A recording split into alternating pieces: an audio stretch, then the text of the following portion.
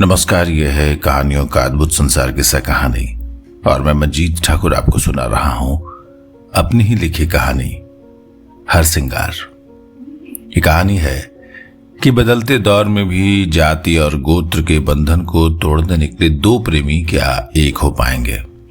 क्या होता है जब अमेरिका से आए अभिजीत की प्रेमिका अचानक गायब हो जाती है। ये कहानी है हरसिंगार। रात गहरा गई थी और मकड़ी के जालों से अटी एकदम पुरानी दीवार घड़ी पर चढ़कर टिक टिक का शोर मचा रही थी।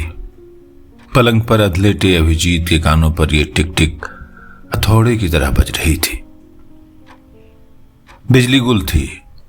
सड़क के खंभे पर जल रहे एलईडी की दूधिया रोशनी में कोहरा और घना दिख रहा था। ऊंचे ऊंचे पेड़ भी सफेदी की चादर में लिपटे पेंसिल की हल्की स्लेटी लाइनों की तरह लग रहे थे। अभिजीत बहुत परेशान था। न जाने महुआ कहां चली गई थी। महुआ यानी उसकी पत्नी। दोनों का मामला थोड़ा उलझा हुआ है। अभिजीत अमेरिका में रहता है, महुआ अपने मां बाप के पास। 2 साल पहले दोनों ने मंदिर में शादी कर ली। न तो अभिजीत के मां बाप को इसकी खबर है, न महुआ के माता पिता को इसकी भनक है। महुआ के मां बाप उसकी शादी तय करने लगे तो वो भागा हुआ उसको साथ लेने आया है। अब चूंकि महुआ के मां बाप हफ्ते भर के लिए गांव गए हैं, सो वो ठहरा उन्हीं के घर में। तो आज महुआ सुबह की जो निकली तो अभी रात के करीबन 1 बज गए, वापस नहीं लौटी। अभिजीत ने सुबह से कुछ नहीं खाया है। बिना महुआ के खा भी कैसे सकता है। ठीक पिछले गुरुवार को वो अमेरिका के सैन फ्रांसिस्को में अपनी यूनिवर्सिटी से फ्लैट पर लौटा ही था कि भारत से एक अनजान नंबर से कॉल आया था। महुआ थी। कितना इंतजार था उसे इस कॉल का। 3 महीने के बाद वो महुआ की आवाज सुन पा रहा था। महुआ ने बताया कि उसके मोबाइल का सिम गुड्डू भैया ने छीन लिया और ये उसकी सहेली का नंबर है। बस उसकी एक ही मांग थी, पापा मम्मी हफ्ते भर के लिए गांव जा रहे हैं, तुम बस आ जाओ। किसी भी बीवी के लिए कितना आसान होता है ना ये कहना, ये कर दो वो कर दो, तुम आ जाओ। लेकिन सैन फ्रांसिस्को से दिल्ली की फ्लाइट, फिर वहां से पटना और वहां से कार से मधुपुर। यूनिवर्सिटी में उसके साथियों ने टोका था, बीबी के बुलावे पर कौन कौन भागा जाता है ऐसे यार।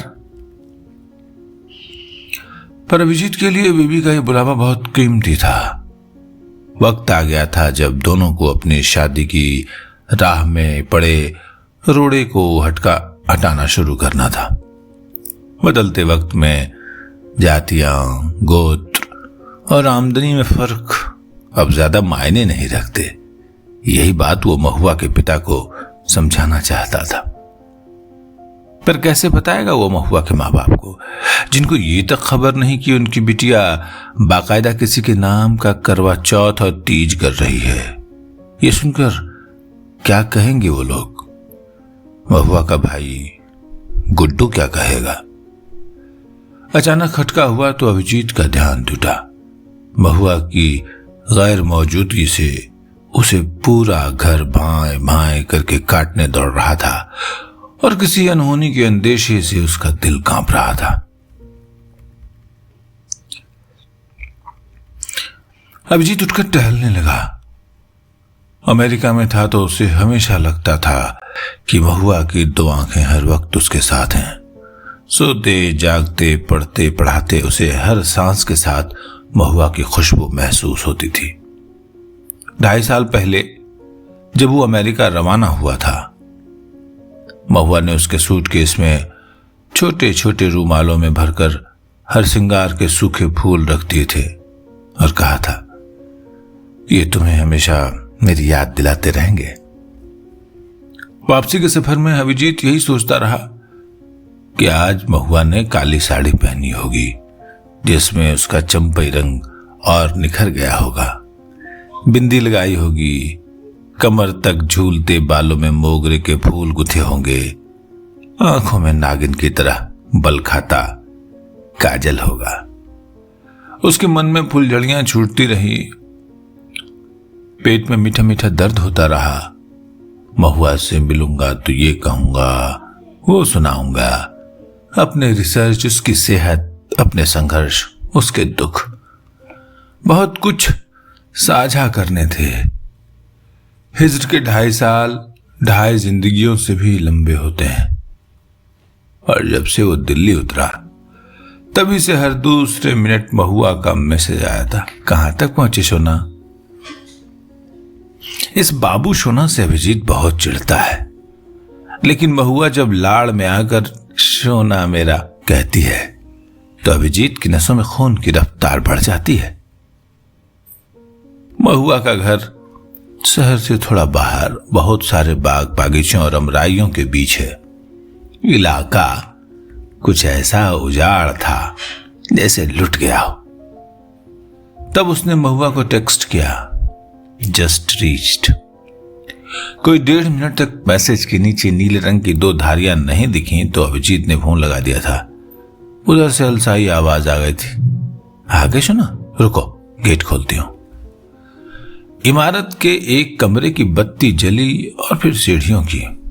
पास आकर महुआ ने लोहे का भारी दरवाजा खोला तो सांकल लगाते हुए अभिजीत ने पूछ लिया, दरवाजा खोलने तुम क्यों आई? किसी नौकर को जगह दिया होता?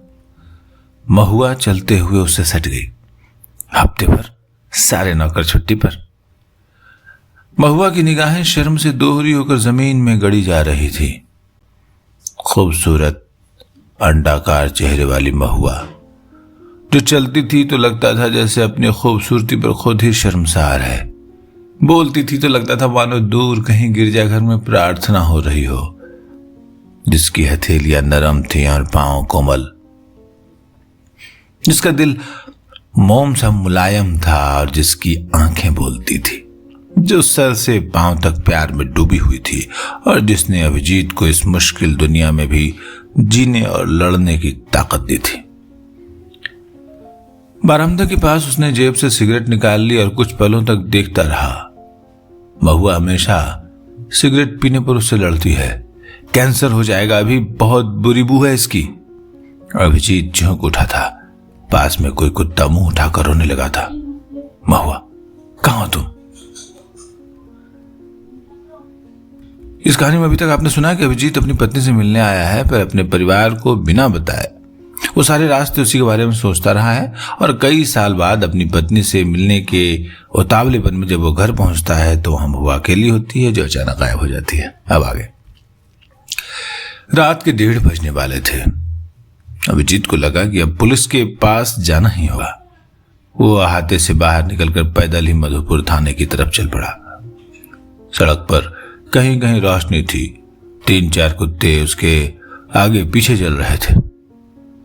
अभिजीत को याद है जिस रोज उसकी महुआ से पहली और बेहद छोटी सी मुलाकात और उससे भी छोटी बातचीत हुई, उस रात अभिजीत ने अपनी डायरी में एक प्रेम कविता लिखने की कोशिश में कई पन्ने बर्बाद किए थे। और जिस रोज महुआ ने एक रेस्तरां में उसे पुदीने वाला कोई हरा सा इटालियन सूप पिलाया था, उस रात उसने अपनी डायरी में कम से कम 3 दर्जन बार महुआ का नाम लिख डाला। और फिर पिछले हफ्ते जब मधुपुर आया था अभिजीत, महुआ ने अचानक सीढ़ियों पर आगोश में भर लिया था। तब अभिजीत के मन में एक साथ 2 भाव आए थे। एक तो प्यार के समंदर में गहरे डूब जाने का और दूसरा उस दहशत का जब महुआ के बड़े भाई ने उसकी ठुड्डी के नीचे रामपुरी चाकू रखकर पूछा था, तेरा प्यार बड़ा है या ये चाकू? पर वो चाकू न तो अभिजीत को डरा पाया था न महुआ को। दोनों ने पटना के हनुमान मंदिर में जाकर शादी कर ली थी। पिछले गुरुवार को भी, जिस दिन इस घर में उसकी पहली रात थी। बाहर घना कोहरा था और रात और भी हसीन हो गई थी। अहाते से हरसिंगार के अधखिले फूलों की खुशबू आ रही थी। महुआ जाकर खिड़की से सटकर खड़ी हो गई। अभिजीत ने जाकर पीछे से उसके हाथ थाम लिए। महुआ कलाई छुड़ाकर पलंग पर जा बैठी थी और हथेलियों से उसने चेहरा छुपा लिया था। अभिजीत ने देखा, उंगलियों के पोरों से छुपकर उसकी ओर देखता शर्माता महुआ का चेहरा। हथेलियों में मेहंदी रची थी, बालों में मोगरे का गजरा था। अभिजीत को सूखती मेहंदी की खुशबू बड़ी प्यारी लगती है। उसने सैन फ्रांसिस्को के अपने बेहद बोरिंग और किताबों से ठुसे एक कमरे में जब भी महुआ को याद किया है तो आंखों में महुआ की तस्वीर से पहले उसकी नथनों में उसकी खुशबू तिरती हुई चली आती है। बालों में लगाए शैम्पू की खुशबू, गालों में लगाए फाउंडेशन की खुशबू और हथेलियों में रचे मेहंदी की खुशबू। महुआ की देह उसके लिए खुशबू जैसी थी, जैसे किसान के लिए खेत का मतलब होता है सूखी माटी में बारिश की बूंदें गिरने से पैदा हुई सौंधी गंध। अभिजीत ने थाने में कदम रखा तो देखा दीवान ऊँघ रहा था। जगाने पर दीवान ने बताया कि एसआई यानी एएसआई साहब गश्त पर हैं। दीवान उसे इंतजार करने का कहकर फिर ऊँघने लगा और लार उसके होठों के कोने से बहती हुई थोड़ी तक पहुंची थी। बेंच पर बैठे अभिजीत के लिए इंतजार के अलावा कोई चारा नहीं था। अभिजीत के लिए एक एक सेकंड भारी गुजर रहा था। इंतजार की घड़ियां तो ऐसी ही होती हैं कि एक एक पल युगों की तरह बीतते हैं और प्यार के साथ गुजारे पल तो परिंदों की तरह फुर्र से उड़ जाते हैं। अभिजीत और महुआ के मोहब्बत की कहानी जब तक दोनों के बीच रही तब तक तो सब ठीक ठाक रहा, लेकिन जैसे ही यह इच्छा सार्वजनिक हुई कि अभिजीत की मां ने आत्मदाह करने की और पापा जी ने उसे धक्के मारकर घर से निकाल देने की धमकी दे डाली, वजह सिर्फ इतनी थी कि महुआ और अभिजीत की जाति एक नहीं थी। लोग नफरतें तो कई पुश्तों तक निभाते हैं। प्यार निभाने की राह में न जाने कितनी बंदिशें हैं, बेड़ियां हैं, जाति की, मजहब की, खानदानों की, दौलत की, न जाने कितनी जानी अनजानी दीवारें हैं। पुलिस की एक गाड़ी अहाते में आई तो अभिजीत की सोच का सिलसिला टूट गया। एसआई ने अपने दांतों के बीच से हवा निकालते हुए की आवाज की और फिर अभिजीत की तरफ ध्यान दिए बगैर पूछा, था जी इतनी रात को क्या हो गया? अभिजीत ने हड़बड़ाते हुए कहा, सर मेरी बीबी घर नहीं लौटी। एसआई ने अभिजीत की तरफ एक सादा कागज बढ़ा दिया, तहरीर लिख दो इस पर। इतना कहकर एसआई ने कसकर जमाई ली और बड़बड़ाया, आप चलो कल दिन में आते हैं आपके पास।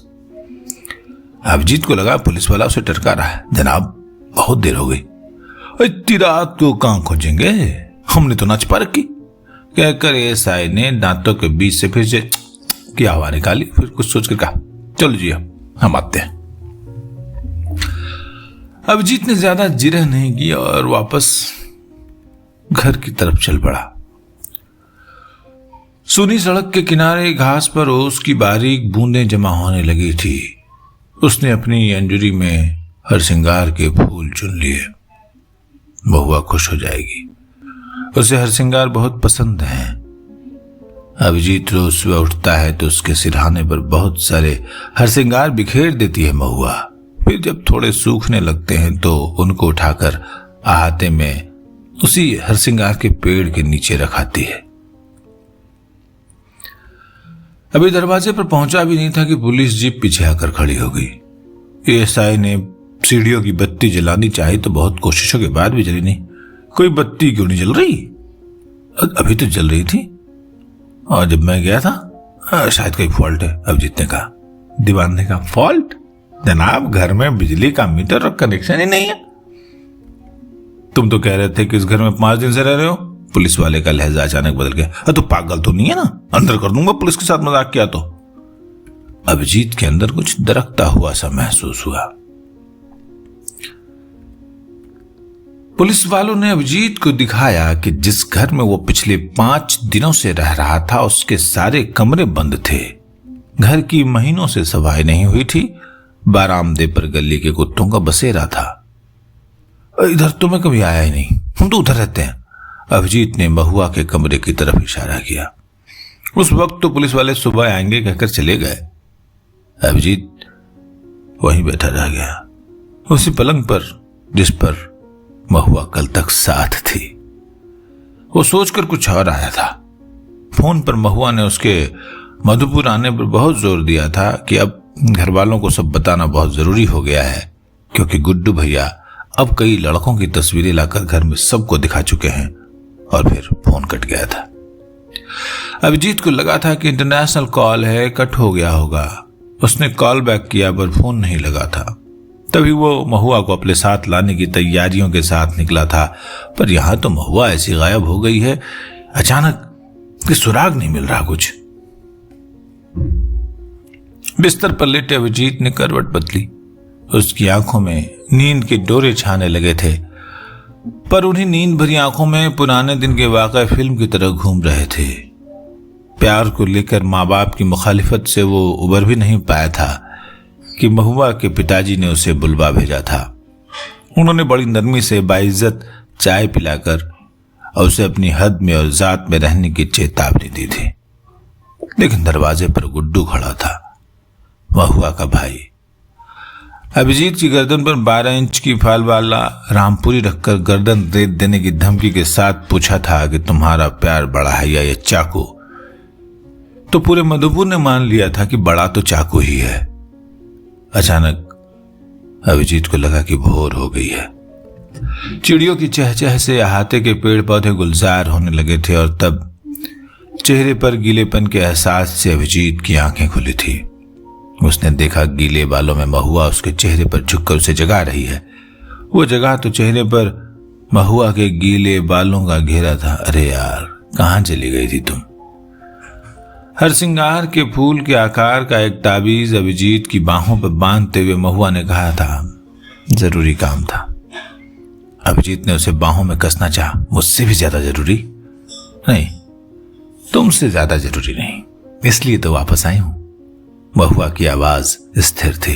सुनो, मैं वापस तो आ गई हूं, पर हम साथ नहीं रह पाएंगे। क्यों? क्योंकि मैं महुआ की सिर्फ आत्मा हूं। दुनिया वालों की नजर में मैं मर चुकी हूं। अभिजीत को भरोसा नहीं हो रहा था कि उसके सामने गीले बालों में बैठी महुआ अब इस दुनिया में मौजूद नहीं है। उसका सर चकराने लगा था। महुआ अभिजीत को आहते में हरसिंगार के पेड़ के तले ले आई। हरसिंगार के पेड़ से कभी कभार कोई फूल अपनी 5 पंगुड़ियों और नारंगी रंग की डंठल की कोमल काया के साथ नाचता हुआ उन दोनों पर गिर जाता। महुआ ने अभिजीत का हाथ अपने हाथों में लिया। महुआ, अभिजीत की आवाज भर आ गई। हाँ मेरे सोना, मैं अब तुम्हारी इस दुनिया का हिस्सा नहीं, पर तुमसे मिले बिना मेरी रूह को चैन नहीं मिलता। 3 महीने पहले जो तुमसे आखिरी बात हुई थी, इन लोगों ने उसी रोज मुझे मार डाला था, पर मैंने जाने क्यों नीचे से निकल नहीं पा रही थी। फिर एक दिन मौका मिला तो मैं बाहर आई, और वो अनजान नंबर वो गुड्डू भैया का था। वो फोन मेरी बॉडी पर पड़ा हुआ है जहां उन्होंने मुझे दफनाया है। अभिजीत रो पड़ा। महुआ कहती रहे, एक दिन हमारा राज खुल गया। मेरा फोन तोड़ दिया गुड्डू भैया ने। घर में सबने मिलकर बहुत मारा था मुझे।